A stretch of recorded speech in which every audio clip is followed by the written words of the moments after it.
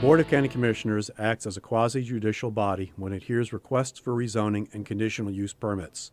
Applicants must provide competent, substantial evidence establishing facts or expert witness opinion testimony showing that the request meets the zoning code and comprehensive plan criteria. Opponents must also testify as to facts or provide expert testimony whether they like or dislike a request is not competent evidence. The board must then decide whether the evidence demonstrates consistency and compatibility with the comprehensive plan and the existing rules in the zoning ordinance, property adjacent to the property to be rezoned, and the actual development of the surrounding area. The board cannot consider speculation, non-expert opinion testimony, or poll the audience by asking those in favor or opposed to stand up or raise their hands. If a commissioner has had communications regarding a rezoning or conditional use permit request before the board, the commissioner must disclose the subject of the communication and the identity of the person, group, or entity with whom the communication took place before the board takes action on the request. Likewise, if a commissioner has made a site visit, inspection, or investigation, the commissioner must disclose that fact before the board takes action on the request. Each applicant is allowed a total of 15 minutes to present their request, unless time is extended by majority vote of the board. The applicant may reserve any portion of the 15 minutes for rebuttal. Other speakers are allowed 5 minutes to speak. Speakers may not pass their time to someone else in order to give that person more time to speak.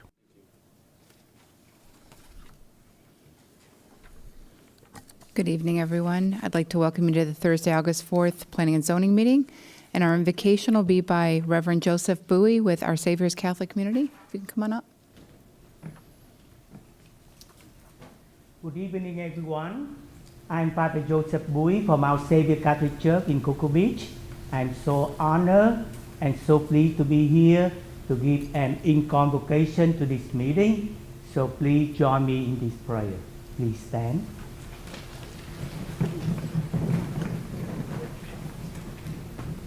In the name of the Father, and of the Son, and of the Holy Spirit. Amen. This is the reading from the first letter of St. Peter, chapter 2, verse 9 and 10. You are a chosen race, a royal priesthood, a holy nation, a people he claimed for his own, to proclaim the glorious works of the one who called you from darkness into his marvelous light. Once you were no people, but now you are God's people. Once there was no mercy for you, but now you have found mercy. Loving and Almighty God, before we begin our meeting of Brevard County Commissioners this evening, we pause to give you thanks.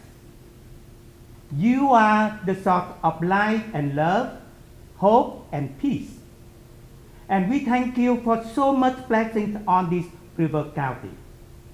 We recognize your care for every one of us, especially during this time of war in Ukraine and inflation in the world.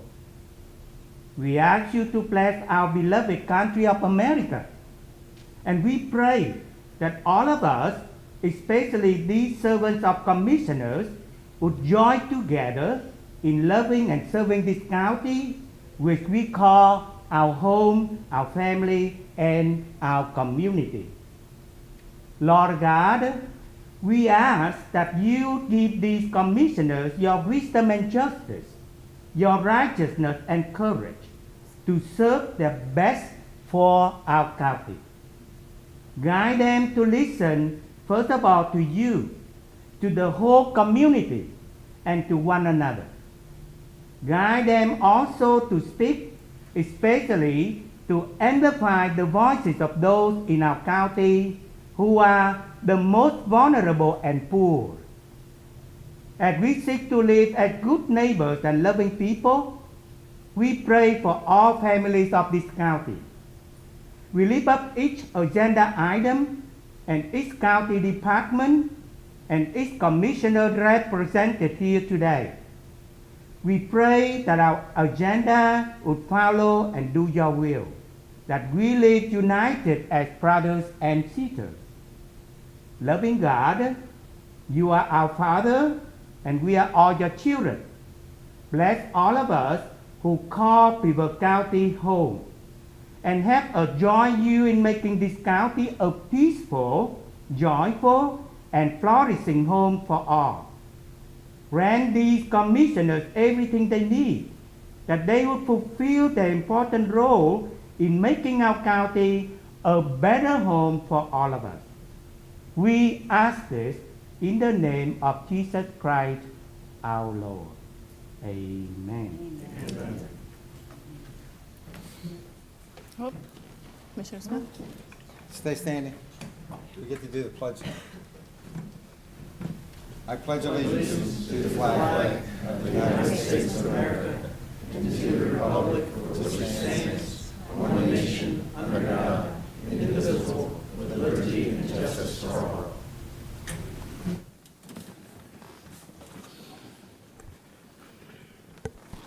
All right, and I don't know that I officially called this meeting to order, so I'll do so now. We don't have any minutes for approval. We have no resolutions. Only one thing on consent, and I don't have any cards. Make a motion to approve, Madam. I have a motion to approve F1, second by Commissioner Tabaya. All those in favor say aye. Aye. Any opposed? Motion passes unanimously. Moving on to public comments.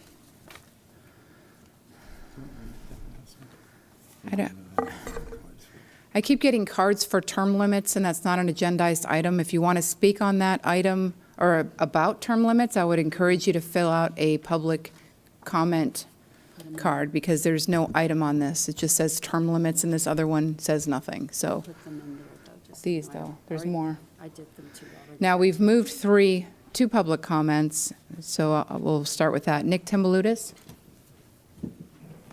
I have a Sandra Sullivan and a Chris Wilker that doesn't have any, oh wait, age 12 and 13. I'm sorry, Chris. I missed that. All right, if you could just state your name for the record. Thank you, Madam Chair. Nick Tumbelides, Cocoa, Florida.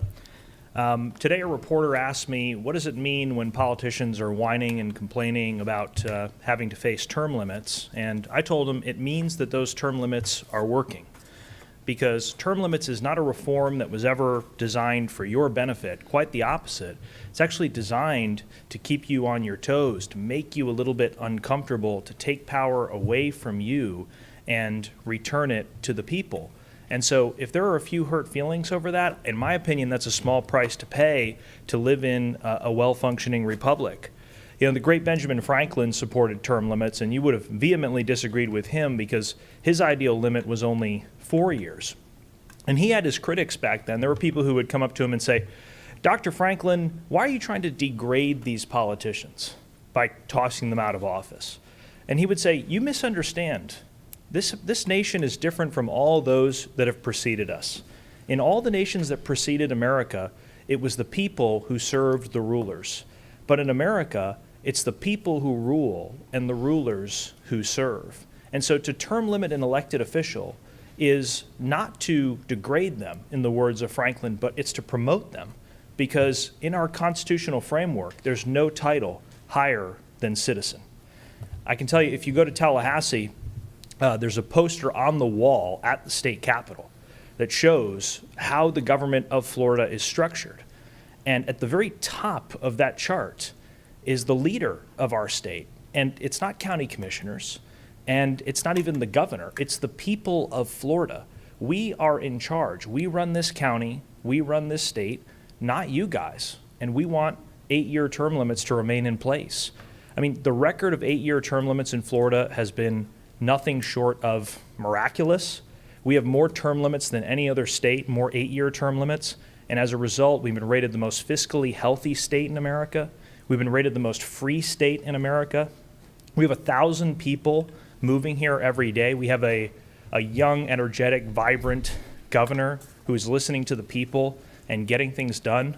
Meanwhile, you look at the states that are run by the so-called political experts, places like that, Chicago, Detroit, Albany, California, New Jersey. These places are fiscal dumpster fires. They're drowning in red ink. Why do we want to move those problems here when we have a system that's working?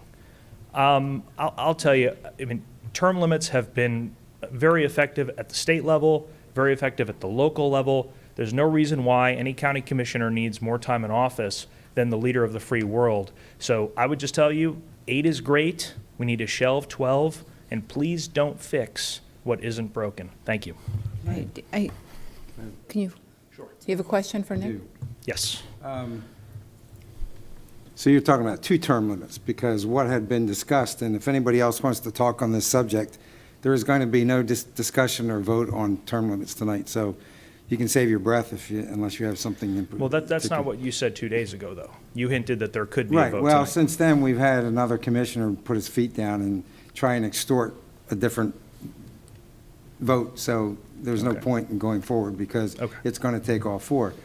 So 3 terms is still a term limit. Is that not true? It's true that 3 terms is a term limit, but it's a very flimsy, politician-friendly term Okay, limit. And we have 67 counties, and you said I don't know, what did you say about we Yeah. have 2 terms and, So we have 67 counties. 40 of them do not have a charter, which means that legally they cannot enact term limits. If you Right. walk into the supervisor of elections Right, in so they don't Columbia have term County, limits. they can't have term limits. You're not allowed to without a charter. whether they do or they can't, they can or they can't, they don't have term limits. Right. Okay, so there's 40. And there's only 9 that do have term limits. 12. 12? Yeah. No, that's changed since the last time I checked. Check your But still, it's texts. 12 out of 67. So let's be honest here. 12 out of 67 have term limits. Don't make it out like everybody has term limits, because everybody doesn't. May I respond to that? Sure.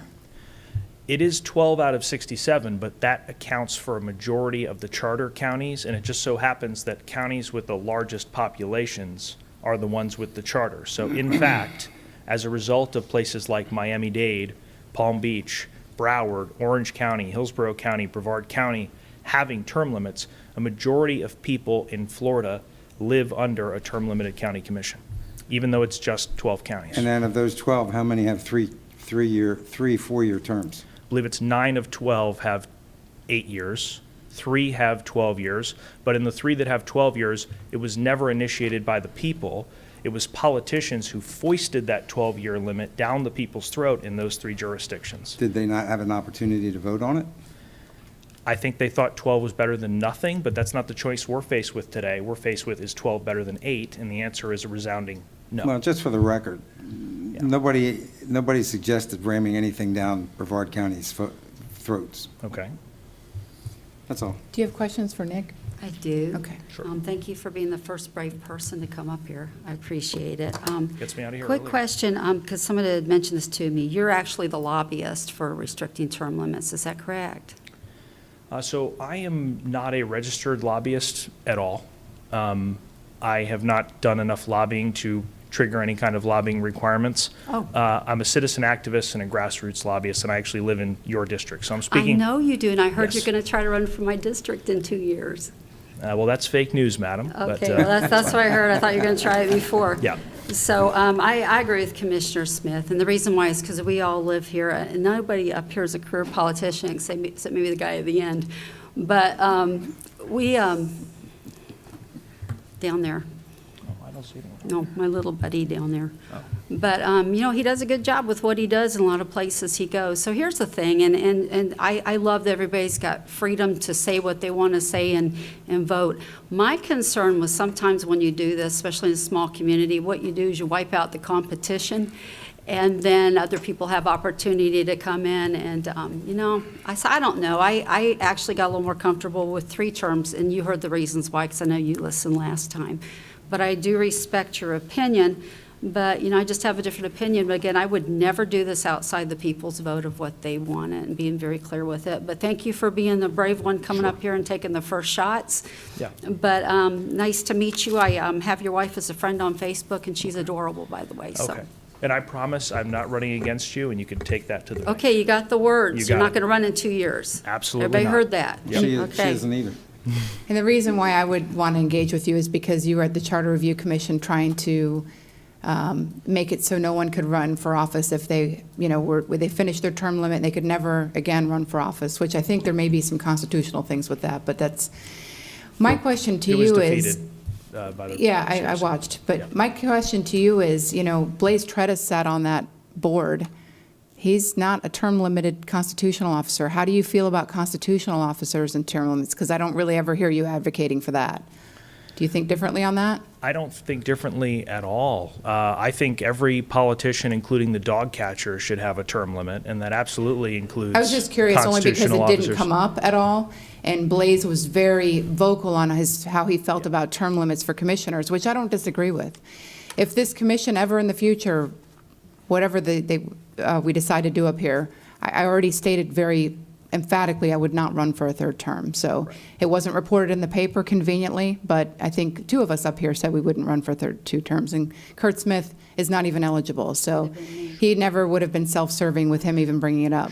But I'm just a little surprised because here in front of you, you had a multi-year constitutional officer who's not subject to term limits, and nobody questioned that. And that kind of was curious to me. I'm not saying May I Blaze, respond to that? when I'm finished here, I'm not saying Blaze is not very effective at what he does. I have a lot of respect for Blaze, but for somebody who was looking to enact it on the county commission, I'm just curious and that'll be a question I have for Blaze, not for you, but I'm curious as to why he doesn't advocate for his own constitutional office to be term limited. May I respond? Of course, of course. Well, that would be a question for Mr. Tredis, of course. I will, if we're going into the Wayback Machine here, I will note that in Commissioner Smith's first term, he actually did float the possibility of term limiting the charter officers, and I threw my full support behind that, and you can go back and look that up. I think what happened with the charter review was former Commissioner Fisher had introduced a proposal regarding county commission term limits, and that shifted the topic specifically to this board. And the reason I filed a counter proposal was to stay within the scope of the discussion that Commissioner Fisher had started. But if anyone on this board or in this room wants to talk about doing a citizen initiative for charter officer term limits, I'm in. Let's do it. Yeah. Yeah. Sure. Since we got you up If here. you don't mind answering it, there's no requirement, obviously. Oh, no, I'd love it. Let's You seem to be very comfortable anyways. having fun. So let me ask you this, would it be your concept then, like say if we sat on this, we didn't run for a different type of office, because then we're still doing election services for the community, so is your thought that, because I heard what you brought forward to making it so nobody could run again after they ran here, so would you restrict, like Commissioner Tobias, since he's here now, that he couldn't run for Florida House then after that Brevard County citizens couldn't run again? So how does that work? Because actually it's almost the same kind of thing. Because your goal is to get rid of, Well, Career politicians. there's difficulty with that in that I think there's some case law stating that term limits for state officials, for state legislators, has to be a Florida constitutional issue or a statewide issue. I don't think the county, which is what we're talking about here, would have the ability to impose term limits on members of the legislature. I don't think legally that you can do that. But I wouldn't favor a term limit applying to all offices at one time, because term limits are primarily about that unbreakable power of incumbency. When you're an incumbent, you have so many advantages. You get $10 in special interest money for every buck that goes to a challenger. You get your name in the paper every day. Every initiative that you announce is going to get coverage. You can spend taxpayer money basically to campaign. There are so many advantages. The deck is stacked against challengers. And so what I'm more concerned about is people who are running as incumbents. Term limits is a check on the power of incumbency, because 95% of incumbents get reelected. well, but on that too, if we sat in here, we already have name recognition. So if we run for something else, we already have that advantage again, because people know us by now, because everybody kind of takes shots at us, or they either love you or hate you. They're puckering doing one thing. They're going to spit at you or kiss you.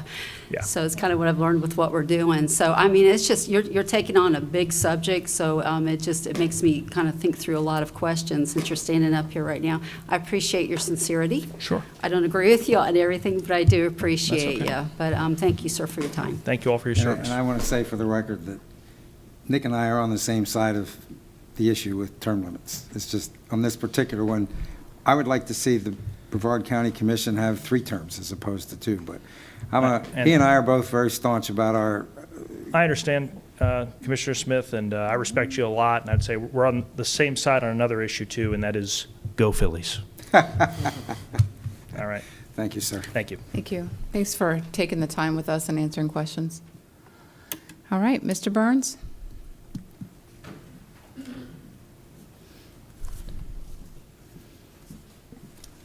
Mr. Burns, not Simpson's Mr. Burns, this was brought up earlier today. Oh, that's true. Mr. Burns, Robert Burns Vieira.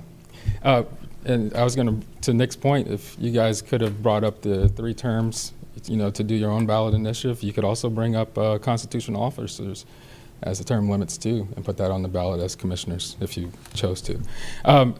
During the Charter Review Commission, I've been working on a proposal on how to fill the vacancies because we are in the position now where we have a vacancy for an extended point of time.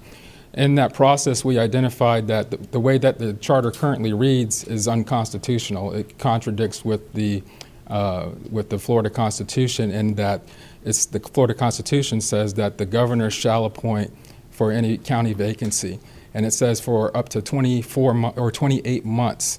Our charter says 12 months. If it's more than 12 months, our charter says that we can have a special election, but that conflicts with the charter or with the Constitution. So the Constitution says 28 months. So we've identified that. It was passed that ballot measure is going to go forward to the people to vote on. But there's 2 issues. The operative word that I identified there is shall. So the Constitution says that the governor shall make that appointment. But what happens if the governor decides not to do that, which is kind of the case now? What mechanism does the county or do the people have to ensure that they have representation, especially in a single member district like we have with District 2? So the people of District 2 have no representation on the board, even though the Constitution says the governor shall make that appointment. Now, if we were to file a writ of mandamus or there was another cause of action brought forth by a citizen to try to enforce that statute, how do you do that? Because the governor can just say, well, I haven't done it yet. It says I shall, but there's no timeline. There's no parameters set. So he could wait all the way up to Election Day, and then once someone is elected, you can't bring a cause of action because now it's moot. So I don't know if it's something for the county attorney to look into, but what recourse do the people have to ensure that the Constitution's being followed? Should the governor maybe, and I don't know if he's allowed to use his discretion, but the Constitution's language is clear that it says shall, and he's not. So it's something I think that the commission should consider. Also, after the meeting, so the Charter Review Commission has adjourned, but something I thought of after that is we're putting forth this measure to try to correct the language in our charter, but the people have to vote on that language. So we've identified that our language is not consistent with the Constitution, and we're assuming that the people are going to vote in favor of correcting that. But should they not, then what happens? I don't know the answer to that question. So is there a mechanism in place in Florida statutes where we can correct a deficiency in our language where we have identified it's not consistent with Florida law? That's all I have. That's a great question. I watched that meeting and found that part pretty interesting. So hopefully we can get it figured out, right, Christine? Thank you. Thank you. Mr. White.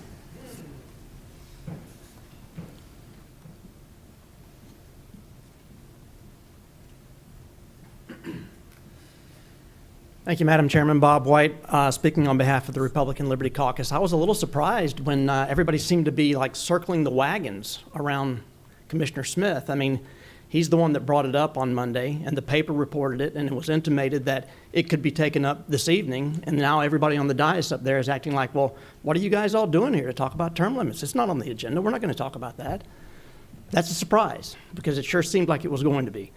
Just to follow up a little bit on what Nick was saying, I was astounded, quite frankly, when it even came up, Commissioner, on Tuesday evening.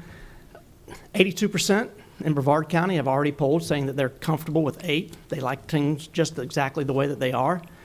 We went through this drill in Tallahassee this past legislative session where the House passed an 8-year term limits bill on school boards, sent it over to the Senate. The Senate then sat on it until the last week of the session and then amended it to 12 and passed it out of the Senate and sent it back to the House. Okay, with pitifully little time. There was no time for them to amend it and send it back. These are the kind of games that are being played all the time on behalf of incumbency. And then you, at the same time, as Nick was alluding to earlier, the power of incumbency when it comes to money raising and fundraising, it's absolutely off the charts, tilted towards incumbents.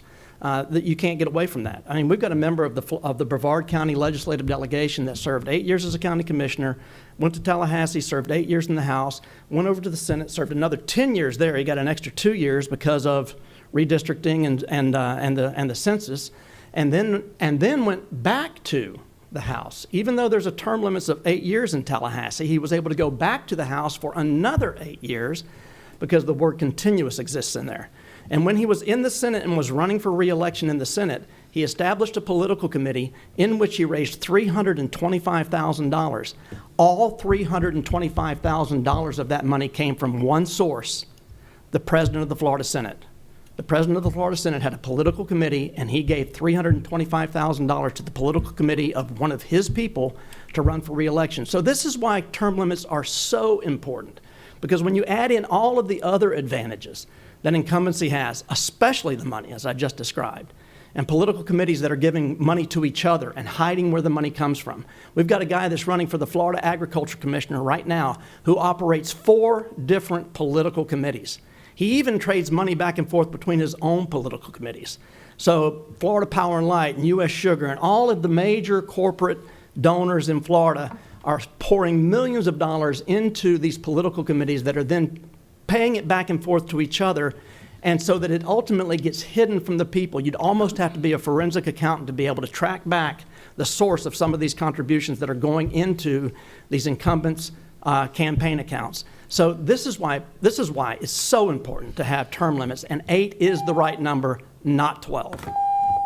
That's all I had, unless somebody's got questions. Commissioner Pritchett? Yeah, Mr. White, I don't disagree with you on that part at all completely. And you know what? If we could start doing some kind of measures to put a cap on how much people are allowed to collect to run for an office, I'd be so in. Someone told me a horror story of someone that's running for the Florida. They have so much money, and then they threaten people if they don't get money, they won't get votes.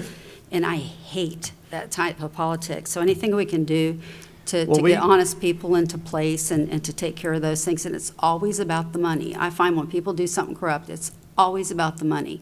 So you've got me on that completely. But I've just got to say, campaign finance reform is an absolute top priority of ours, has been for years. I'm we have so a in on website that. donated to it, comecleanflorida.com. You can learn a lot about it there. Completely there with you on that. But the problem is, of course, is that they like it the way that it is. Yeah, I don't. I'm completely with you on that, and that's a real issue.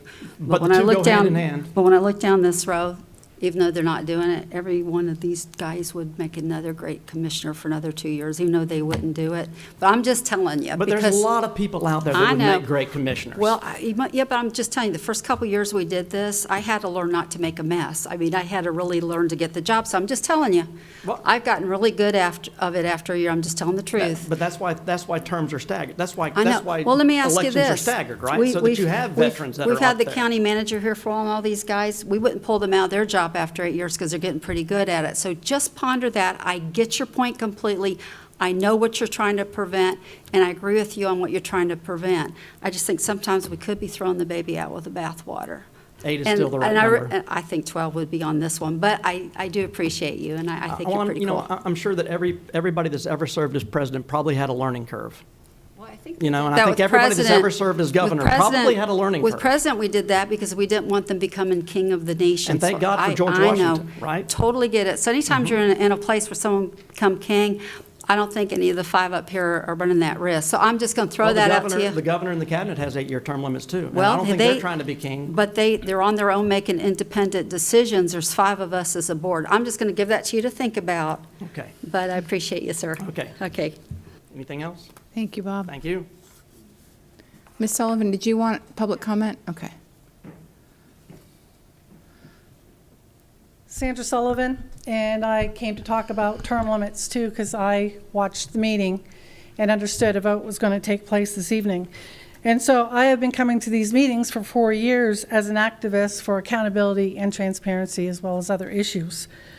It's curious that you should just talk about that you've got really good at your role as a commissioner when 2 weeks ago there was a major controversy with giving $30 million to a single developer of a contract written by the lobbyist, an open-ended contract edited by that lobbyist. So I take exception to that comment. I also take exception to the last meeting when this was not on an agenda for public transparency. This is an important issue to talk about term limits. It should have been an agenda item. And then it was stated that If the votes were there, we would do a motion under board reports. Well, we're only supposed to do that according to policy if it's an emergency.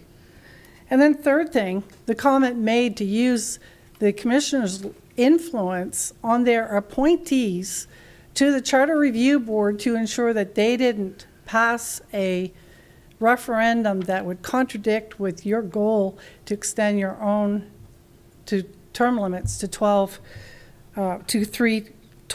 years, 3 terms. And I want to mention that this issue began last February when the District 1 appointee to the Charter Review stated that he wanted to put forth a Charter Review amendment to do away with term limits. Now, term limits were voted by 77% of the voters very much in favor of this. So I just think that you're not listening to the will of the people for accountability and transparency, for following your own rules, and for listening to the will of the people who contacted your offices about not wanting $30 million to go to a single developer. And I thought last meeting was shameful. Thank you. And I would respond, but there's just so much to unpack with that. Yeah, why bother? All right, so moving on to item H1. Madam Chair, item H1 is Daniel P. and Amber N. Allen request a CUP for Farm Animals and Fowl for Medical Hardship in an RR1 zoning classification. Application number is 22Z00017, located in District 1. Commissioner Tobias? Thanks, Madam Chair. Do you have a card on this? I have two. I'll wait till after. Okay, Amber Allen? 5 minutes,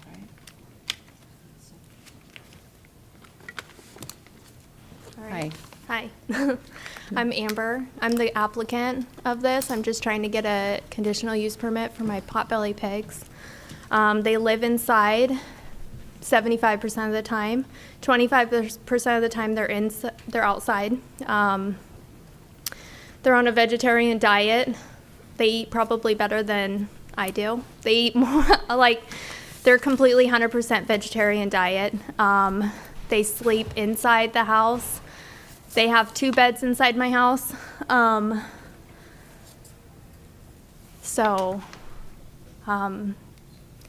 I don't know what else to say, I'm sorry. That's okay. Does anybody have any questions for the applicant? No. Okay, so Tony, is Tony with you? Yeah. Okay, did he want to speak?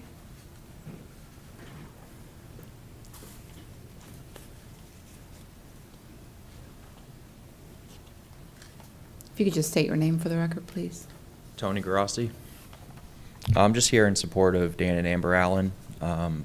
As you can tell, she's pretty nervous. These pigs are a lot to them. They've had them for 3 years.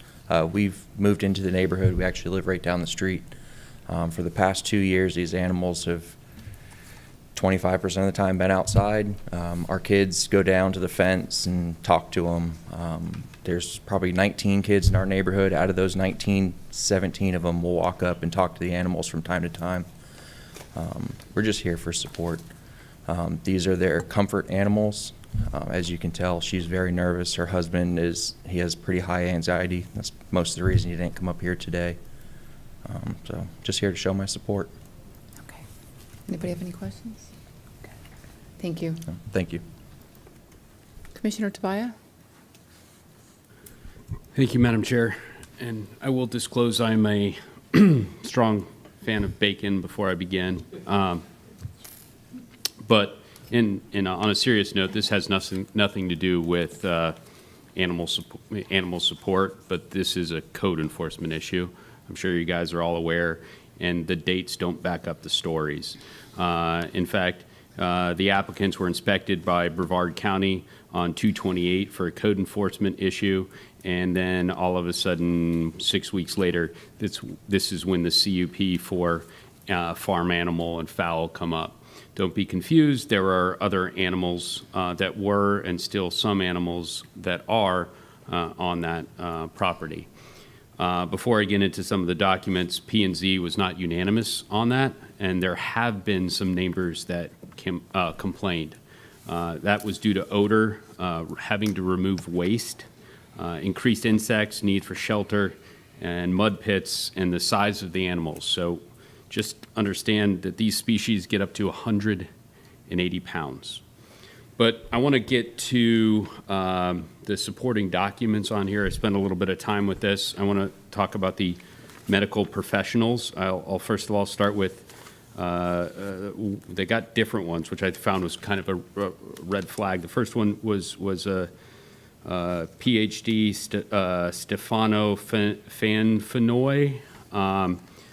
So PhD of psychology, and it had some letters after it, and I'm in higher ed, and I did not recognize what those letters were. And then I went on to find out the letters meant they were just a candidate. So this person is clearly not have a terminal degree, but merely a candidate. And to put that in perspective, Dontavius Tata Maya Smith is a candidate, and while I certainly appreciate his insights, I don't want him voting until he's elected. Second of all, I get to the physician that was mentioned. That's a Jensen Kobobel.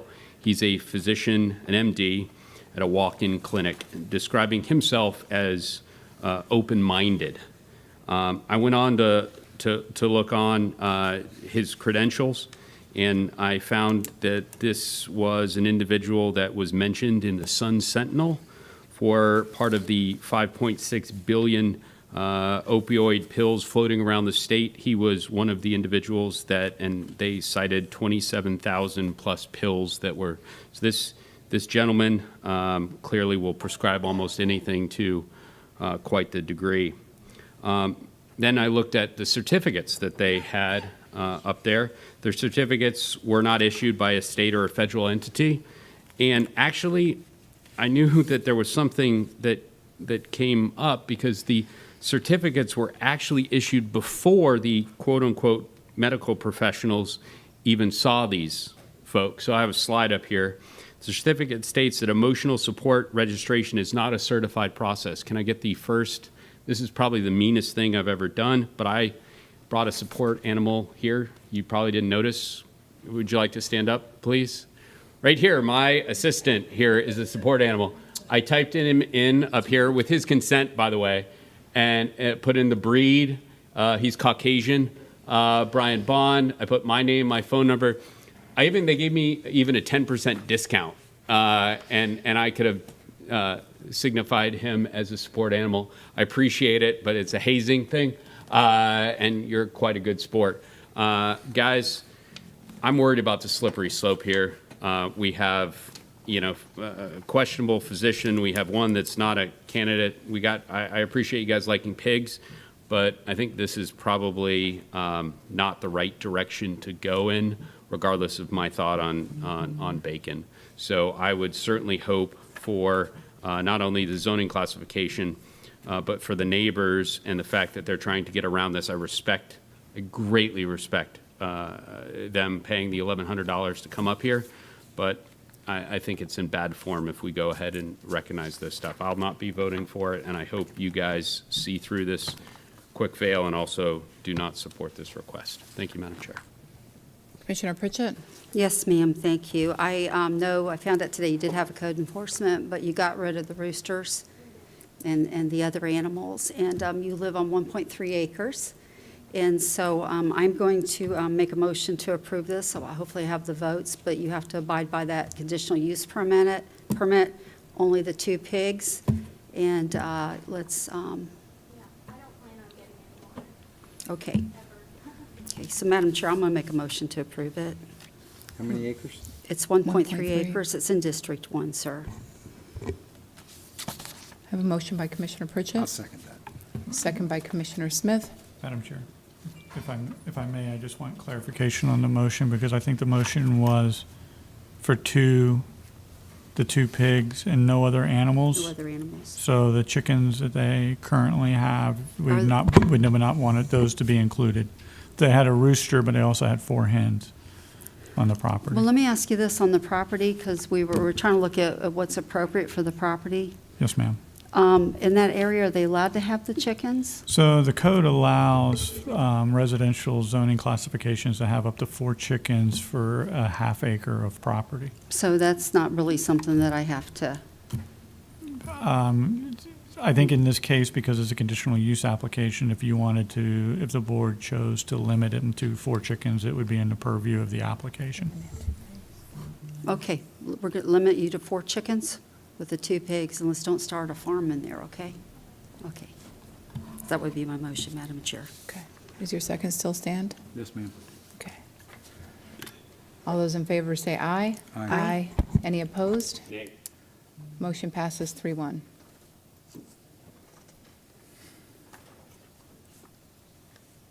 All right, moving on to item H2.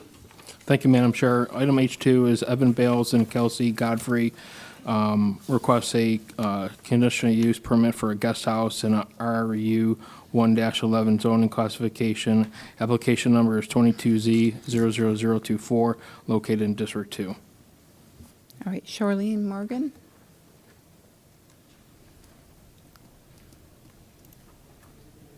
How are y'all today? Good. If you My could name is just- Charlene Morgan, and I'm here representing Evan Bales and his girlfriend, Kelsey Godfrey. His mother's health is failing. He wants the guest unit to be for his mother. And it's going to be 20 feet in from the back rear line and off the left.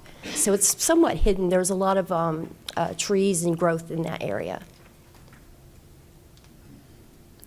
Is that a new light? All right. Commission, what's your desire? Okay, I'm on. Ma'am, I noticed in here that you're putting in a guest house, but you're not putting in a kitchen, correct? That's correct. We're not allowed to. Okay, if you will just state that in the CUP, that you know you're not putting in a kitchen, I will be good with it. Okay, when you say that, where do I need to put that at? They will help you with it, Okay. correct? Yeah. Not a worry. I'll take care of that Okay, right thank away.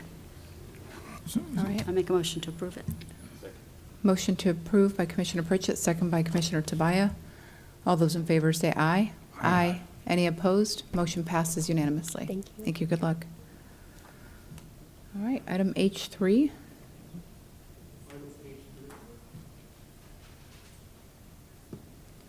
Item H3 is William and Jeanette Gonedridge request to change the zoning classification from AU to RR-1. Application number is 22Z00018, located in District 1.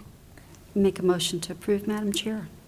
I have no cards, so I have a motion to approve by Commissioner Pritchett, second by Commissioner Tobias. All those in favor say aye. Aye. Any opposed? Motion passes unanimously. So I have some cards, and I probably should have said this before the public hearing started for item H5, and I'm not sure if you've looked at the agenda, but H4 has been withdrawn, and H5 is going to be remanded back to P&Z.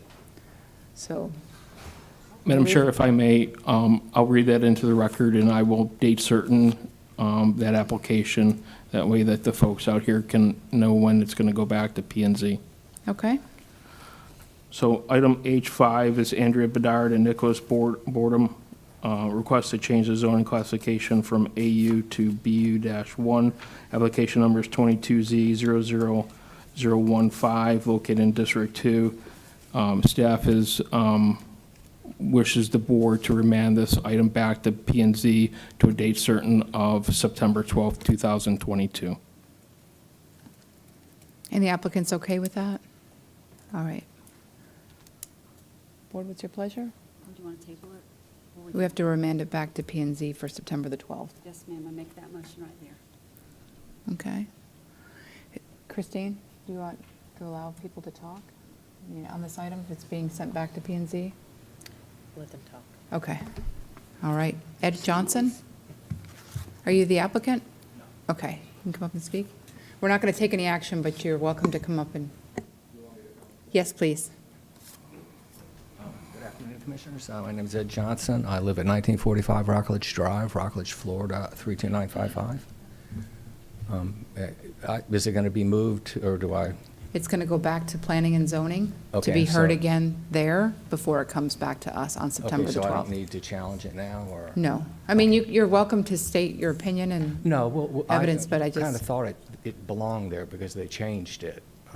They were requesting BU1, and then they made a modification because they were unanimously rejected to try something different, but it kind of skirted past planning and zoning for the updated request. So we'll just come back on the 12th. okay. So, and thank Madam you. Chair, if I may, just to help clarify for the audience, the applicant has requested to amend their application to go to a multifamily zoning classification, so that's the primary reason why we wish to remand this back to the P&Z. So it will be reheard there, and it will be an opportunity, there'll be an opportunity for their input. Okay. Do you want to come up? All right. You'll have to pronounce this name.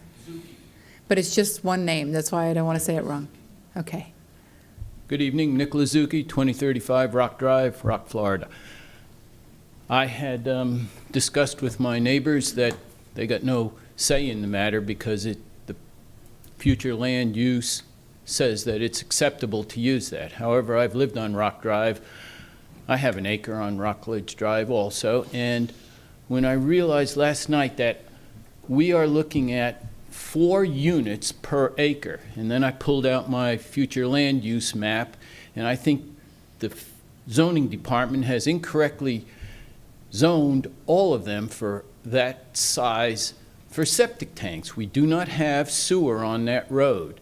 There is no reason that I could put 4 septic tanks on my property that potentially drain into the Indian River. We all progress to support cleaning the Indian River, yet we have a future land use in the zoning department that says, oh, let's put 4 acres. So if you got a half an acre, a lot of these people have half-acre lands, they could put 2 plots, 2 septic tanks on them. I think that's why I came up to say something. I think that future land use chart is improperly allocated. Thank you. Thank you. All right, so I have a motion. Did you second? Did someone second her motion? All right, second by Commissioner Tobias. Is the motion clear, clerk?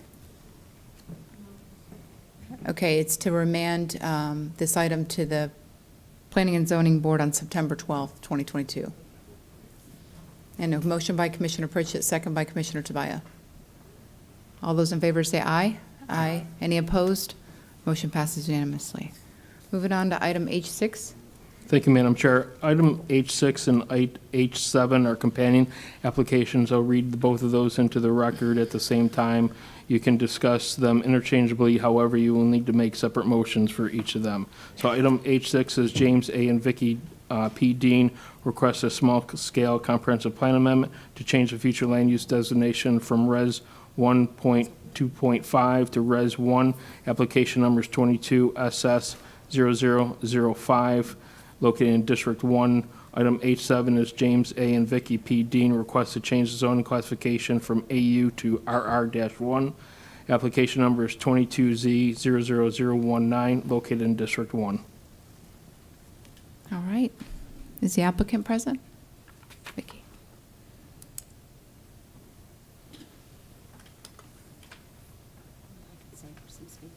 Okay. Commissioner Pritchett? Yeah, I'm getting ready to approve this, so you can speak if you want, but I do no, want I to mention, didn't you just got to wanna make sure you stay attached to a county-maintained road, which you have every availability to do, so I'm good. Thank you. You're welcome. So, Madam Chair, I'm making a motion to approve item H6. Motion by Commissioner Pritchett for approval of H6, second by Commissioner Tobias. All those in favor say aye. Aye. Aye. Any opposed? Motion passes unanimously. I make a motion, ma'am, to approve item H7. I have a motion by Commissioner Pritchett for approval of H7, second by Commissioner Tobias. All those in favor say aye. Aye. Aye. Any opposed? Motion passes unanimously. Well, this is going pretty smoothly. Item H8. Item H8 is DeRosa Holdings LLC requests an amendment to an existing BDP in an RU 2-12 zoning classification. Application number is 22Z00022, located in District 2. Ms. Rezanka? You snuck down here before I looked up, you were gone, and then you were sitting there. Good evening, Commissioner Rezanka, members of the County Commission. My name is Kim Rezanka on behalf of the applicant DeRosa Holdings LLC. You saw this back in January. This is a piece of property that was originally had a BDP. It's a little over an acre for 13 townhomes. It was sold, never developed. You've seen 2 or 3 of these come before you. The DeRosa Holdings came before you. They got 2 units, but they really want to be able to sell one of them, and the way the BDP was written in January, they can't do that. So this changes the BDP to allow them to sell 1 unit if they plat or condominiumize. Other than that, there's no difference, and it's still within the RU 212. So we'd ask you approve this amended BDP, removing the old BDPs. Great. Any questions? Commission, what's your pleasure? I'll make a motion to approve. Motion by Commissioner Smith, second by Commissioner Tobias. All those in favor say aye. Aye. Any opposed? Motion passes unanimously. Item H9. H9 is Island Bluff LLC, request to change zone and classification from BU1 and INL with an existing BDP to SR, removing the existing BDP and adding a new BDP. Application number is 22Z00023, located in District 2. Ms. Rezanka again? Yes, ma'am. You should just get a place here, rent a room. We need to get like a TSA pass at the gate out there, though. Good evening again, Commissioner Zonka, members of the County Commission. I'm Kim Rezanka on behalf of the contract purchaser, Gene Buxell, and the property owner, Island Bluff LLC. This is a parcel of property that is in Merritt Island off Tropical Trail next to the river. This used to be an old church. I don't know much about it. It was gone before I knew much about it. I heard it was a very interesting history of that church. The contract purchaser is from Montana. He is a farmer of sorts, a hay baler, I believe is how he described himself.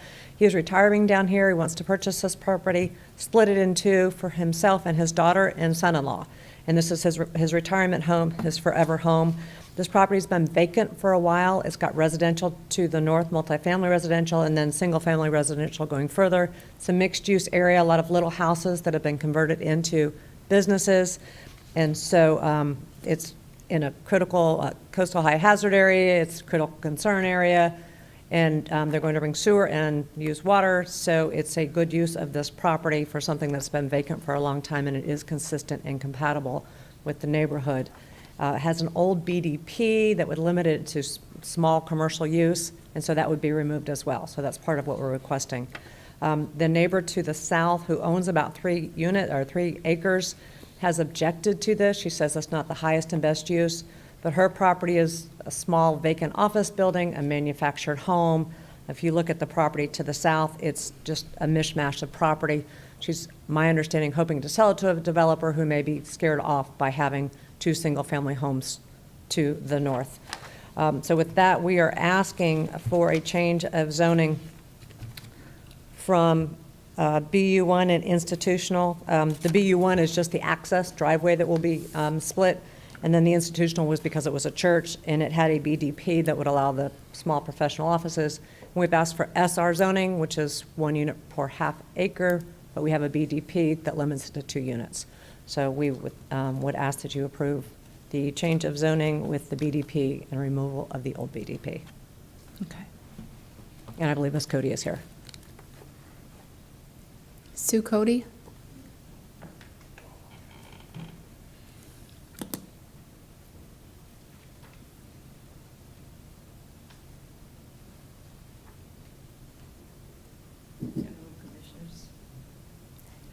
Thank you. I am Sue Cody. If you need anything else, I object very much to this zoning request. I don't feel it's compatible to the area. I am the owner of the property to the south, adjoining on the south, and it is zoned multifamily, and it's also some commercial zoning. Properties on the north are also zoned business and commercial, and there are many multifamilies to the north of this property. I don't feel that this change of zoning is appropriate for the area. It is not in compliance with the current zonings for single-family homes. It's not in compliance for that. We're multifamily, we're commercial, we have business zone properties surrounding it. There is a lot of property there, And it would be nice if it were all developed together. I agree with that.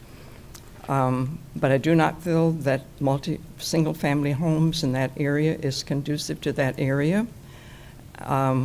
Also, I am concerned about the roadway that goes into the property. It adjoins my property, my commercial property on the north there. My property is south, and the roadway seems very narrow going into it. I do not know if it's sufficient.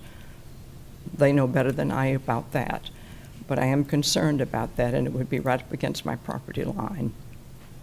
So I very much object to this. I would like to see the properties all developed, but I do not feel it's compatible for single-family homes in that particular area. So I very much object to it. That's my piece. May I ask Ms. Cody a question? I guess if you can choose to answer it or not, it's up to you. Thank you. Ms. Cody, I'm showing you an aerial map of your property. Are those your 4 parcels? And that's the big red ones for the property. I tried to... My parcels are to the south of that parcel. Are they 4 of them? Yes. Okay. And what is located on those parcels? Currently, there is a house, and currently there is a building. I have not done anything to these parcels of property because I expected someday they would be a part of a development. And that has not happened, of course, at this time, but that is the situation with that property. And yes, I do own it, and yes, there is very little on it. 1 parcel is vacant property, and there's been most of the things removed from one of the parcels. There's a building that used to be, if many of you have been around a long time, you have probably, sir, Roto-Rooter House was in that property. It is currently vacant. It is commercial business zoned, but I have not put anybody into it. The other parcel, which she is showing me here, is some other things that has to do with a trailer and a boat. And I don't mean this is a living trailer. Nobody lives there but one person that lives in the little house that's on one of the parcels. Otherwise, it's vacant property. So does anybody use the property? Yes, I have someone that lives in the house that's on the, not the one that adjoins the property we're trying to rezone, but the other parcel that's south of that. There is a little house there. It's been there forever, and someone does live in that house that kind of takes care of seeing what goes on at the property. And yes, I would like to develop it, but I, have not done so yet. Okay. Anybody have any further questions? Commissioner Smith? Thank you, Madam Chair. I'm not sure I quite understand. I've been doing this and listening to an awful lot of people over the last 8 years. I don't think I've ever heard anybody object to someone coming in and putting fewer parcels on a piece of property than they could. I've seen it many times where people want to come in and put multifamily homes in, and the surrounding area is primarily single family, and those people object. But I've never seen it this way. What is it in particular that you object to with having 2 single-family homes there? I feel that the parcel which I have and the parcel that they are requesting a rezoning and the parcel north of that would be an ideal properties for a redevelopment project in the Merritt Island redevelopment area. Commercial. I just feel like it's good properties, and that's probably why. And I know the gentleman who owns Island Bluff had asked me sometime, Island Bluff, that's what it is, if I were interested in selling, and I said, sure, I would be. He even asked me if I were interested in maybe going into a project, and I said I would certainly consider that. And I still feel that way. I would consider it, but I feel it's good properties for development in the area, but I don't particularly think it's good for single family. So you think if these people put up 2 single-family homes, it might detract from the value of your multi-family or commercial properties? I feel that's a possibility. Yeah. That would be a possibility. I don't think so. Well, maybe not, I don't know, but I said a possibility. Okay. Yeah. Thank you for your time. All right. Thank you. Thank you very much. Appreciate your hearing me, and thank you kindly. I'll make a motion to approve. I have a motion by Commissioner Smith to approve, and then, do you need anything else, Tad? With the BDP? I think yes. Removal of the old one and installation of the new one? Yes. Yes, ma'am. Okay, motion stands, Commissioner Smith, second by Commissioner Tobias. Commissioner Tobias. All those in favor say aye. Aye. Aye. Any opposed? Motion passes unanimously. Thank you, Ms. Rezanka. Still think you should get a place here somewhere, a room. We could start charging you rent, We could charge you rent for that room back there. right? All right, item H10. Madam Chair, item 10 and 11 are companion applications. You can discuss, or I will read them into the record together. You can discuss them together. However, separate motions for each of them you'll need to do. So item H10 is Sunshine Petro, Inc., Jacob Aaron Corporation, and Alice Elaine Tisthammer requests a small-scale comprehensive plan amendment from Res 4 NC and CC to all CC. It's located in District 1. Item H11 is Sunshine Petro, Inc., Jacob Aaron Corporation, and Elaine Tisthammer requests to change the zoning classification from GU BU1-A and BU1 with an existing BDPs to BU2 with the removal of the existing BDPs. For the board's record, there are multiple easements that are on the property. Ms. Rezanka is working with those easement holders to get those issues resolved. The applicant has also provided a concept plan. However, it has not been reviewed for consistency with our land development regulations. Thank you. Okay, and I want to disclose, I met with Mr. Bart Getchens and the applicant on July 19th via Teams meeting to just talk about the project and talk about what your plans were. The same thing, ma'am. I met with them on phone a couple times, and I also came to the county staff meeting with the applicants there as well to just kind of listen in on their project. All right, Jim Rosenthal?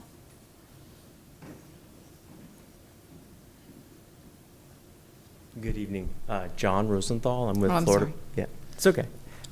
John Rosenthal. I'm with Florida Power and Light. I'm here on behalf of Sunshine Petro, Jacob Aaron, and Ms. Tishman. The actions here tonight, the modification to the future land use, the rezoning, as well as the removal of the two BDBs will allow for the development of a new hardened service center.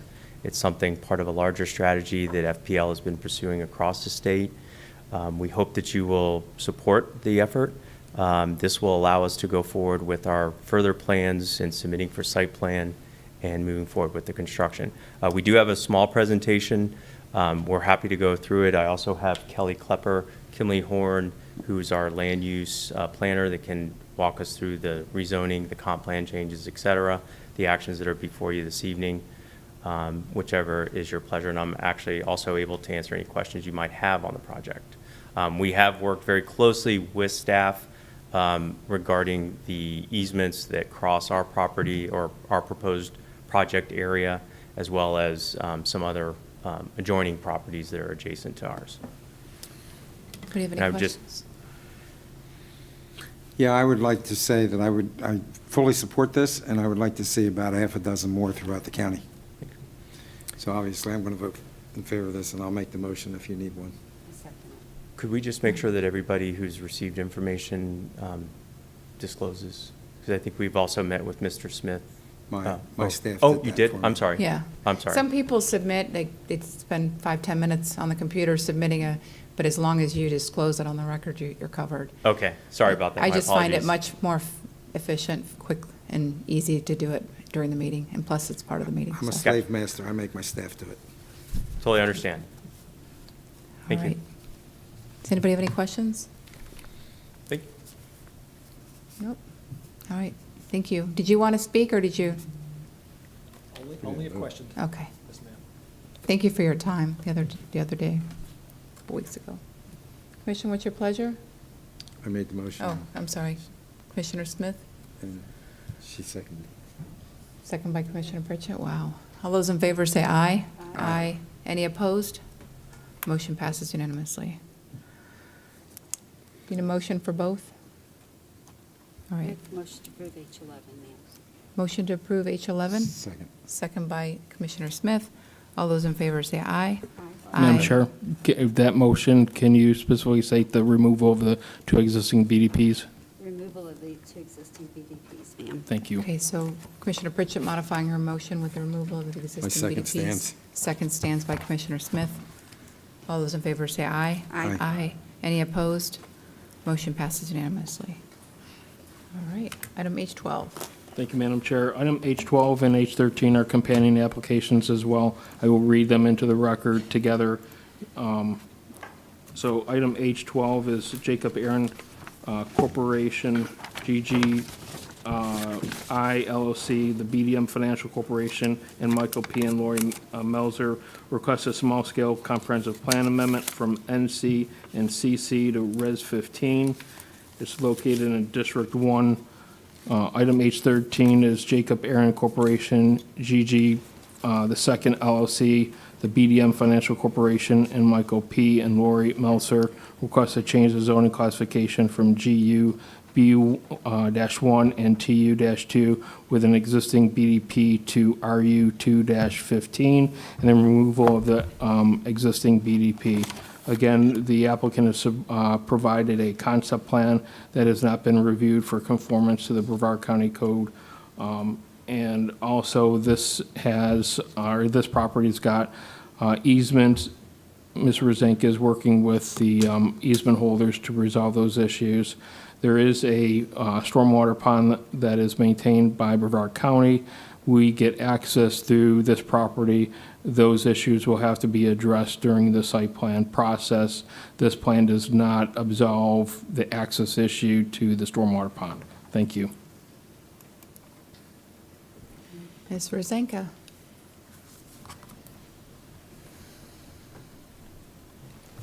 Good evening, Commissioner Rezanka, members of the County Commission. I'm Kim Rezanka. I'm here on behalf of both the property owners and the contract purchaser, Blaze Capital LLC. With me is Chris Whitaker. He is sitting in the back. If you have any questions about the proposed development, he is with Blaze Capital LLC. This is a relatively simple rezoning, comp plan amendment, removal of BDP to allow multifamily to go on a piece of property that hasn't been able to be developed in a very long time. This has been in the Miller Group, Jacob Aaron Corp. Gigi has been in the same family for a very long time. They've tried to acquire some of the land to join it together. The land to the north is all mostly owned by the state of Florida, the Internal Improvement Trust Fund, and the intent here is to build some much-needed multifamily in Brevard County on proper access to the Port St. John Parkway and to I-95. And the concept plan is a non-binding plan that's in your packet. The color, this is a concept. It's not fully engineered. Kimley Horn is now the engineer of record, and they're working with Blaze Capital. We've been working with staff. We've had meetings with them regarding some drainage easements, access easements, where we believe we can get it all resolved. So this is not engineered binding engineered concept plan. But we're asking for a change to Res 15 over these 20.88 acres and a changed zoning RU215 and removal of the BDP that has tourist use and office use and different things. And if you have any questions, we're here to answer them. If not, we just ask for your approval. And again, Mr. Whitaker is here. He doesn't need to speak unless you have questions. Answer my next question. Thank you. Any questions, Commissioner Pritchett? No, but I did want to state that I met with Ms. Rezanka and her client one time, and I came up here the same meeting with Florida Power and Light. This project's right next to the Florida Power and Light one, so they're working through the same kind of obstacles with Mr. Tad and Jeffrey and our staff. I just want to thank you for this. Single-family homes wouldn't fit on this, but that area is starting to develop, and this is a good project from there, and I'm looking forward to see what this kind of turns into soon, so thank you for that. And Madam Chair, I would make a motion to approve item H12. Okay, do you need it with the removal of the BDP? Is that on this one? No, is it on the next No, one? not for this item. Okay. For the second one, yes. Okay. Motion to approve H12, second by Commissioner Tobias. All those in favor say aye. Aye. Aye. Aye. Any opposed? Motion passes unanimously. And Madam Chair, I make a motion to approve H13 with the removal of the existing VDP. Motion by Commissioner Pritchett. Second by Commissioner Tobias.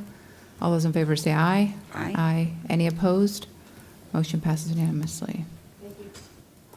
Thanks, Ms. Rezanka. Item J1, Commissioner Tobias.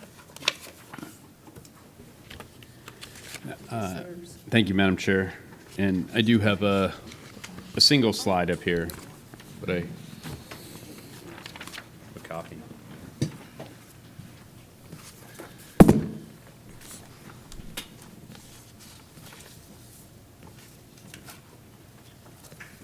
Can I get that slide up there? Thanks. I think you gave me your talking points. Oh, did I? Oh, it's the background. Okay. This item is just for intent and permission to advertise. If passed, it will need to go back to the BCAC as well as P&Z. I recently met with Mr. Sodre, the owner of Minneapolis, a tiny home developer, along with Tad Calkins of Planning and Development, as well as staff. Brian showed me, well, us, the tiny home he recently finished, and also explained some of the barriers and issues that he was running into dealing with how our code was written. When I brought this forward initially, it was because I saw, and others, a hole in our zoning classification. There were no examples to model the language after, and therefore I expected there to be future tweaks. However, I thought those tweaks would come much, much later, and Mr. Sodre jumped on this quickly, and more power to him, and I would like to do everything humanly possible to make his dream possible, as well as provide more affordable housing. So this amendment to Section 621844 Brevard Code does three things, and the three things are as follows. Number one, it creates uniformity in tiny homes. This would make the maximum 750 square feet across the classes that are already allowed for them as a permitted use with conditions. These classifications already were approved by the board when it came to tiny homes. Number two, it would allow for multiple tiny homes in a mobile home park, that zone TR3.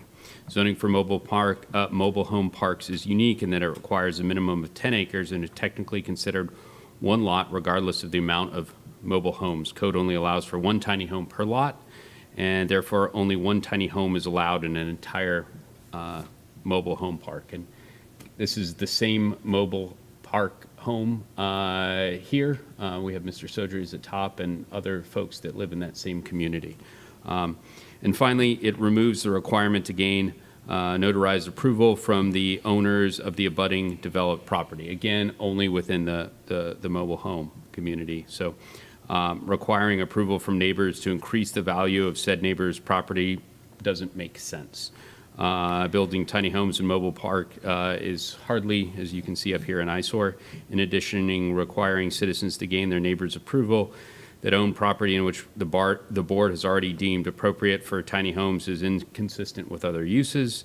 For example, to build mobile homes on the same land, they do not need this approval within our code and serve as an unreasonable and irrational barrier to development. To be clear, these changes do not add tiny homes to any zoning classes. It merely simplifies conditions to have tiny homes in those classes that this board has already approved. So I make a motion for legislative intent and permission to advertise an amendment to Section 621844 to reflect the changes as delineated in the requested action section of the action report, agenda report, and to send this item back to the appropriate advisory boards before coming back to this board for another hearing. That is the explanation, Madam Chair. Second. I have a motion and a second. All those in favor say aye. Aye. Any opposed? Motion passes unanimously. And just for the record, it's legislative intent that we just voted for. Correct. What did I mention? No, I just don't want anybody to misunderstand what we just voted for. Sorry. And I'm in support. I just wanted it to be clear to anybody else that was just catching a piece of it. And I think it's awesome. Tiny homes, I'm a big fan, so thank you. And thank you for your time explaining it the other night. So I already had a preface this was coming, because I met Brian out at an event, and he explained how he was going to be working Madam with Chair, you. and if you get the opportunity to go out and check out this tiny home, it's pretty incredible. And he's got a plan to build others, and I really appreciate folks that go out there and invest their own capital. And this guy has done that, and what we can do as a board to help him along his path, providing quality homes at fair prices, I think is very good. We took a shot at it, and you're helping make it even better. So I really appreciate you buying into this. Thank you. All right, item K. I have no more public comment cards. So moving on to board reports. Mr. Vate? No report. Ms. Shverik? I don't know No why I can't report. say your name. I think it's because I read it. Commissioner Pritchett? Yeah, I just want to mention one thing. Maybe it's my female nature, but I have to say something so I can let it go. Commissioner Tabaya, I'm going to work on, I will forgive you, and I'm going to continue to care about you, but I'm a little disappointed in what you just did with the term limits. If you would have just voted no, it would have been fine. But to come back with the letter and the report to kind of use us in the newspaper, I just want you to know I am going to forgive you, and I'm still going to care about you. But I'm just a little disappointed in you with that. It just, that's all I'm going to say. All right, Commissioner Tabaya? Thank you, Madam Chair, and I appreciate that, but I don't ask for anyone's apology. I made promise to voters out there that I promised I would do my hardest to make sure taxes were not increased, and I'm following through on a promise. So if that offends, I apologize. Anyway, on to other things. We had some wonderful people, and I say that with air quotes, who came and were very concerned with our behavior up here. In fact, I think we got an email where we were dressed up in Third Reich type of outfits with Hitler mustaches and swastikas, which is really interesting that sexual predators and Sexual offenders, predator of a minor, no less. yes, we're comparing us to Hitler, but anyway, I think it's probably pretty good motivation. Certainly was for me. So what I have done is, and please, these are merely drafts here.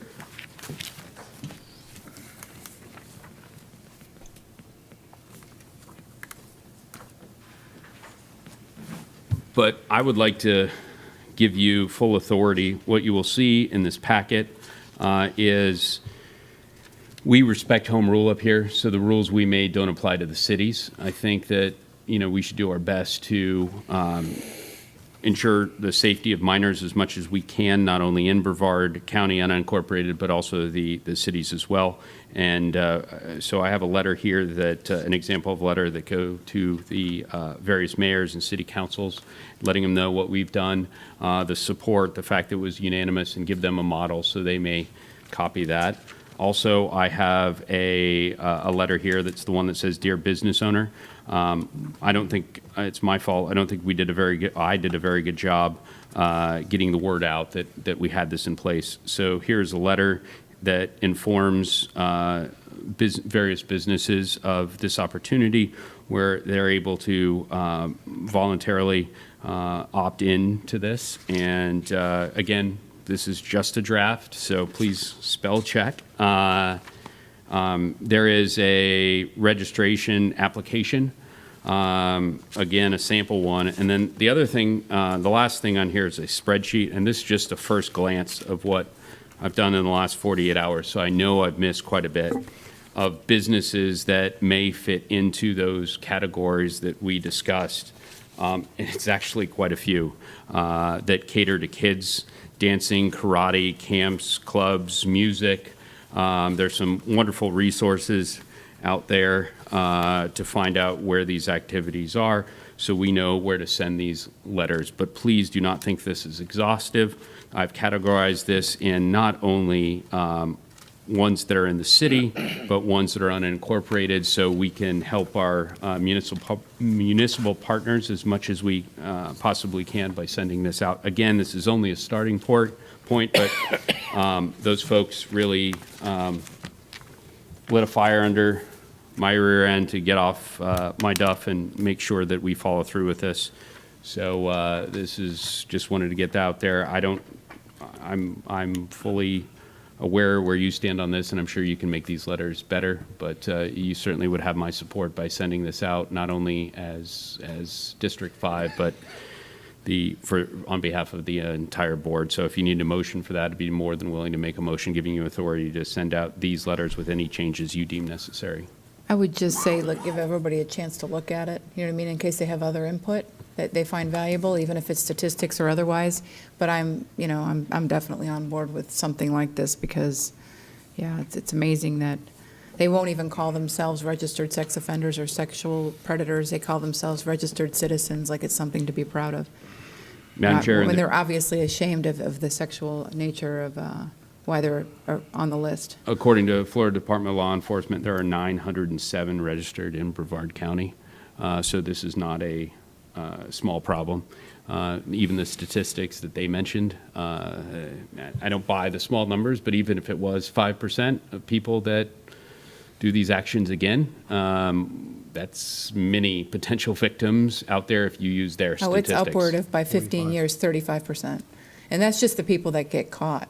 And that's reoffending with a sex crime. That's not even somebody breaking in or robbing something or stealing or carjacking. It's much worse. So, and those are just the individuals that are caught. So that's from Department of Justice website. That's not from I actually looked at the Department of Justice, sex offender sentencing, monitoring, apprehending, registering, and targeting SMART. So I pulled up your numbers there. I appreciate you adding that. That's included in there. Again, please feel free to, I tried to editorialize as little as possible. You wouldn't believe what I wanted to put in here, but pulled out. I think I responded to that email 4 times and just deleted. I never sent it just because I didn't, it wouldn't have been the ones that the predators sent. Yes. Okay, okay, perfect, yes.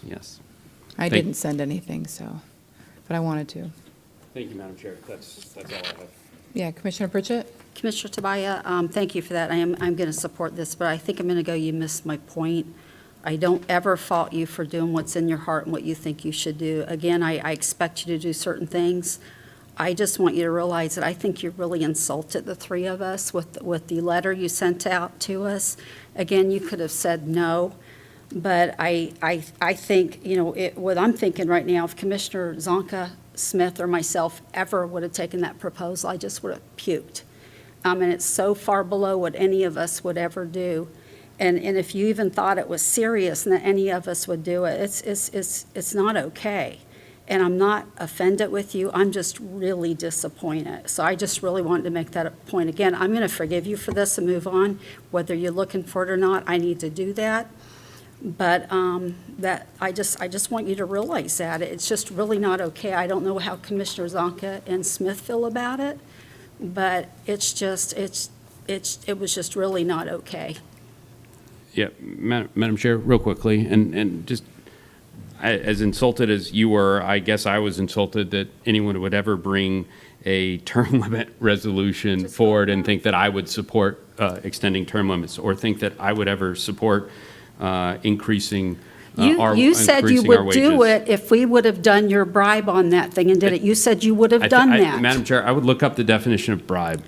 I would got absolutely it in front look of up me. the definition of bribe. If we would have taken the money from the kids and from endangered lands and from the endangered animals, you said you would put that through. And I've heard extortion, I've heard bribe, and both of those are not even close to the statutory definition of either one of them. In fact, substance over form, walks like a duck, quacks like a duck, it's a duck. I think whether before it's we throw legal or terms, not I think legal- before we throw terms around like that, we should be aware of the ramification of those terms. I think absolutely we should. Everything here was done in sunshine. Deals happen behind closed doors all day long. I don't believe that's fair to the taxpayer. So I find term limits very, very important, especially 8-year term limits, extremely important. What I find even more important is keeping taxes at fair amounts, especially in these times. So I had to make a tough decision, and I don't like unilaterally saying no. I like giving folks an option. So the fact that I gave you an option, I'm sorry, I won't do that, and from now on, I will just say no instead of giving options if that's an insult. So I certainly, the intent was never to insult anyone here. I had no idea where this was going to go. This was all handled to the best of my ability by giving folks heads up. The reason I did not say no initially, because I wanted to come up with an alternative, and these were the things that were really, really, really important to me. Obviously, extending term limits and increasing wages were important to you. I respect that. I disagree with it, but I respect. I was trying to find a compromise here where you would get something that was important to you. You'd have to give up something, and the same to me, the absolute same to me. But it would be unfair for me to compromise on my principles and not get anything in return. And so that's what this was. It was a compromise. It was all done in sunshine. If I could have picked up the phone and called you and said, hey, what do you think about this? I would have done that. And I would have done it to each and every one of you. But of course, that would be completely unfair. We were under the gun because of the fact that this needed to, if this was going to go forward, and I had no idea whether or not this was going to go forward. But it has to be certified by we heard by our county attorney. So I rushed to put this together. The last thing I wanted to do was insult anyone, and if it did, I take back what I said. I apologize for insulting you. That certainly was not my Chair or Commissioner Smith. That was not my intent with any of this stuff. Thank you, sir. Thank you for that.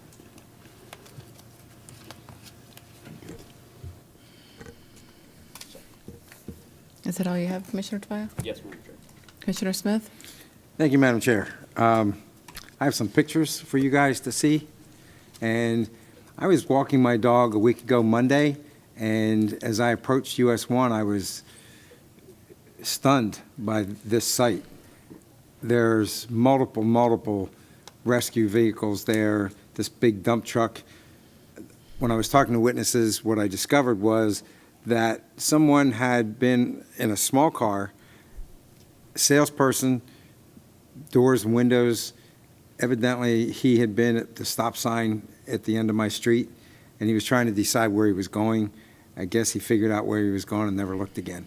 And he pulled right out in his dump truck, blasted him right on the side. No skid marks on the part of the dump truck, had no time to do that. It must have pushed this car probably 60 or 80 yards down the road. Next. This is a shout out to our first responders, because I was stunned, might be not the right word, but I was thoroughly impressed that I watched these folks work together. You can see Melbourne there, you can see BCFR there. They worked together like they had been practicing this together that morning, and then had a real action test to do. They just methodically didn't get in each other's way. There was nobody directing, you do this, I'll do that. They were just amazing. Next. You can see what they're like busy little beavers. They all know what they were doing. Next. And this should be, that's the, we're missing the video of them taking the roof off. There it is. You can see the parts. They dismantled this entire car to get this guy out. The parts are in the foreground there on the shoulder. They've taken the doors off, the quarter panels off. Now they're taking the roof off. And you see all these guys from these different outfits, and they're all working together. It was just absolutely amazing to me. And then the next picture, well, the one back then, showed, there you go. You can see how small this car is. This car is now totally dismantled. The roof is there in the left-hand bottom on top of all the other parts. And they had this guy, all his neck done, his back done, and they took him away on a stretcher. It was just totally amazing and so methodical. So big shout out to our first responders, both Melbourne and BCFR. Is that it? That's it. And I'll just say, thank you, Commissioner Tobias, for at least acknowledging that your intention wasn't to offend, but I also found that, I don't know if I would use the word offensive as much as just insulted, because I was having a hard time trying to figure out how you could compromise your principles to give or, offer another vote for something else. So I didn't like it. I didn't like it at all. So thank you for, your explanation. Although I don't agree, I appreciate it. And I just want to say, Commissioner Smith, I feel kind of bad for you for what happened the other night, because you brought up an issue for whatever reason. Maybe, you really, and I believe that you're an honest man, and you believe that we should or shouldn't have an extended term or another term, the opportunity to serve another term, but it didn't stand to benefit you one bit. And I think the newspaper did a disservice. I think, it was more of an editorial than it was a story, and it didn't mention really important things that we discussed, which were, this does not benefit Commissioner Smith. The commission said they didn't want to benefit from any salary increase, and that there were 2 commissioners up here that said pretty explicitly that they would not run for a 3rd term should it go to ballot. I think the only thing that I offered, at least, was that if the commission as a whole, obviously as all 4 of us, desired to put it on the ballot, I was okay with that, because I commend anybody that would put themselves through, some of the things that we go through, because I believe that we're all in this for the right reasons, or at least most of us. So again, I feel bad, and I thank you at least for handling it like a gentleman, because I think I would have been pretty upset. And I try to restrain myself sometimes from responding to people who take advantage of that on social media and make all kinds of accusations that just aren't true. So, I watched our state representative on social media encourage people to come to the commission meeting because we were voting on term limits. And that was never part of our agenda. We could never vote ourselves extended term limits, ever. And it was just, again, to incite, anger and frustration. And it just, it's sad, because we should be working together with our legislators and our leaders and our other elected officials to try to bring great things to the county. And this just causes more division, and it causes people to distrust their government. And I think that there are moments when you shouldn't trust your government. And I believe sometimes that's what motivates us to run for office. But to deliberately misinform people, lie to people, and to get them, ginned up just to get them to come to a meeting, and culture of corruption. It's so absurd that I get angry that I even get myself angry about it. But we need to do better. And you're going to call us out for good reason. Call us out for decisions we make that you don't agree with. I have no issue with that, and you'll never hear me complain, because it's your right as it is mine. But don't make up things just to get Facebook likes. It's unbecoming. And after a while, people will get on to you, if you're not telling them the truth. I just don't have 12 hours a day to sit on social media and respond to comments and what about this and what about, I just don't have it, because, I work. So I can't sit on Facebook for 12 hours a day, and I wouldn't want my staff to do the same thing. So just do your research before you believe people you should believe, who should be, telling the truth, and just aren't, because they have their own political agenda or their own attention loving, I guess, for trying to be tactful and saying it. So, and that's it. That's all I have. Commissioner Smith? Yeah, I would just like to say, just piggybacking on what you were saying, it was, to me, it was amusing, because I was here, I know what I said, and I didn't do it in the dark of night. I didn't do it behind anybody's back. I know that it was intimated that it was some kind of shady The 11th deal. hour. Yeah, just some silly stuff. But, and I don't let emotion get involved with anything that we do here. When other people get emotional, I just roll my eyes, because when emotion gets involved, facts go out the window, and we're here to deal with facts. We're here to make decisions, and you have to make decisions based on facts, not emotion. And you brought it up during your commission time, I'm sure, because to see if the commission would even want it on an agenda. I just threw it out there to see what the appetite was of my fellow commissioners. I'm just sorry that you were used as as a tool for a good headline or for, Yeah, whatever. as a target for a state representative. I appreciate that. Commissioner Pritchett? Yeah, y'all took a big hit for me being the only one that wanted to run again. But I love what we do up here. I love the board. I love that we're real with each other. It would be nice if you could pick up a phone and fuss at somebody, but we have to do it in public. And it's not always easy. This is not an easy job.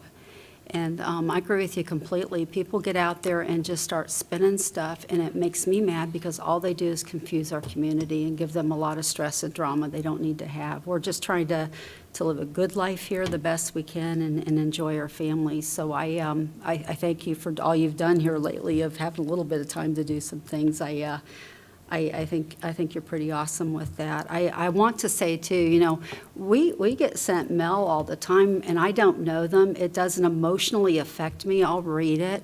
The only time it gets to me if it's somebody I really care about and I'm close to.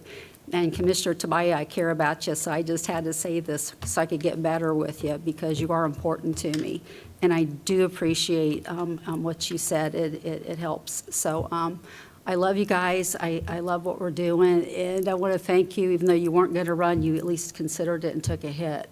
And we'll find something to do. You know, we'll find something great we can do out there for our community, and it will be good. So. All right, I'm going to switch gears just a little bit. I just needed to get that off my chest because it's been writing on me all day. I don't know if any of you watched the Charter Review Commission, the Affordable Housing Initiative passed the Review Commission, which thank you so much, Jordan Chandler. He is a rock star, and I'm proud to call him my appointee. Him and I started talking about this, gosh, it's probably a year ago now, well, maybe close to a year, and he asked what my appetite was for that, and we got our heads together and said, this is how we should approach it, and this is how we get conservatives and Democrats on board for a good cause. So I'm really excited that Mr. Jordan Chandler was able to champion that, able to convince Democrats and Republicans alike that this is a good thing for our community. So with that in mind, they did some tweaking of the language today, and they got it to get through their committee. So you will see it on the ballot, assuming it's legal, which I think it's pretty much established that it was, and their attorney said that it would be. So with that in mind, I don't want to waste any time on the possibility that this passes. And if it doesn't pass, you know, the board always has the opportunity to bring things to ordinance. I just like the idea of the charter amendment because that makes it more permanent and makes it more difficult to undo. And it also holds the commission, if the public passes this, if they decide they want to vote for this, it shows that this is important to our citizenry. So with that in mind, I talked to Christy just real briefly because, you know, she's always got her hands full from all the things that we have her doing. But I want to look as a possible funding source as part of the TDT. Not all of it, of course, I'm not going to try to swipe the entire thing. I understand that marketing, the aquarium, the zoo, all of those things are very important to our residents and to this board. But I want to look at, you know, some of the pennies that aren't being used. You know, I wouldn't want to mess with that, but I want to see if legally we can do this. Like I said, I think I've been told in the past that we can when I inquired about it before, even before this affordable housing issue. I just want to know how to go about that. Because in reality, you know, many of the things that support the tourism industry is people that need workforce housing. So we wouldn't have people that work in hotels or front desk or housekeeping or in restaurant industry that could benefit from this. And teachers and firefighters, and there's a lot of people. I mean, housing's expensive these days, so I want to do what we can to help. And I think that would be a great, more stable, long-term funding source for our affordable housing. And we've got so many ideas, I'm sure, moving forward, and I'm really excited to work with Ian as well, with the county, to come up with a good plan for what we have in place. So, Christy, I just wanted to see if the board was okay, if I didn't want to task legal with, you know, putting a bunch of time into this if the board wasn't I'm on board. On board with this. Perfect fit. As an option. Commissioner Tobias? Thank you, Madam Chair. First of all, I think all the pennies are being used right now, just to be clear. We have to reallocate, you know, some of those. That requires a super majority of the board. I don't know whether that's 3 or 4. I put a proposal out there to the TDC itself. My question would be, you weren't at the last meeting. I don't know if you've done this before, or you've spoken with your appointee on where they stand on any of this stuff. What do you mean on the TDT? Are you talking about? The TDC, right? The TDC probably is, I mean, you gave it, I did watch you presenting to the TDC, and I got the proposal from you the other day, but you said that you would take guidance from the TDC. Yeah, I think is what you said. that is correct. My question was, Right. have you presented this idea to them? I to don't, see what they're- I don't even know that it's legal. That's why I want to, Oh, that's why so I your wanted. question is to find out whether or not it's legal? Yes. Oh, absolutely. Well, I'm and- sorry. And legally, how can we do this to make it, you know? Oh, okay. I misunderstood. Yeah, absolutely. And I appreciate you bringing that up, because this could require a lot of time and I've made that mistake before, and And I don't want to absolutely, do that without the board you support. have my full support to find out whether or not, And I'm which sure it is, pennies. but I want to come up with some ideas, and I don't want to do that. But I would also ask, not only would you find if it's statutorily legal, but also look at an ordinance change. As you know, we have the ability to change ordinance to redirect those pennies. So Right. take that extra step to see what a Oh, yeah. supermajority in order to make that absolutely. For sure. You have I my just full think it's a support. solid funding source, and again, I think it's a big jump, and we hope that it passes the voting, I hope the people support it and pass it through, but we can always do things by ordinance as well. But I just want to make sure that before I give you guys a bunch of work, and it may not be that much work, I'm sure other people are doing it.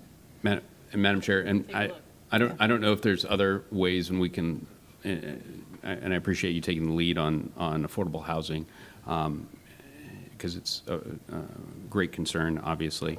But and we can't look at, unfortunately, these nonprofits out there because they haven't brought anything to bear other than blaming us for doing anything. But when we looked at impact fees, I mean, I don't legally, I'm not.